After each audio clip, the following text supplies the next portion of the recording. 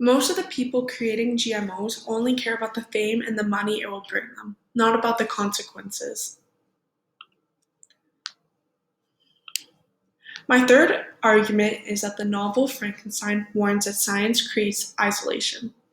This third argument serves to prove my thesis statement because science has the power to bring people closer together, and Victor creates the monster so he is alone. But in the end, both he and the creature end up alone. So, my first example is I, the miserable, and the abandoned, am an abortion, to be spurned at, and kicked, and trampled on. Shelley 254. The creature talks about the injustice of how he had been treated, leaving him very miserable and lonely. My second example is solitude was my only consolation. Deep, dark, death-like solitude. Shelley 103.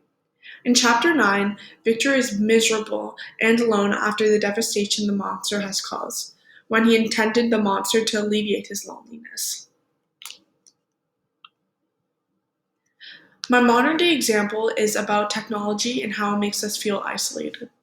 The freedom that technology has given us has had a reverse effect on personal needs, as we can become more dependent on social media connections than real-life connections.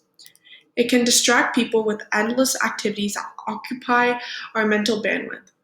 A 2017 study of young adults ages 19 to 32 found that individuals with higher social media usage are more than 3 times as likely to feel socially isolated, compared to those who use social media less often.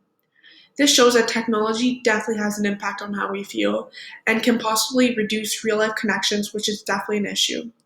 Do you believe that social media has an effect on our feelings of isolation?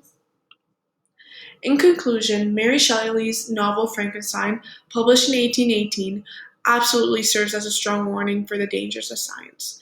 Science can be a wonderful tool, but when taken beyond reasonable boundaries, leads directly to death, human isolation, and blurred ethics in society. This theme of science warnings is greatly reinforced in the book and also in the current world. Thank you.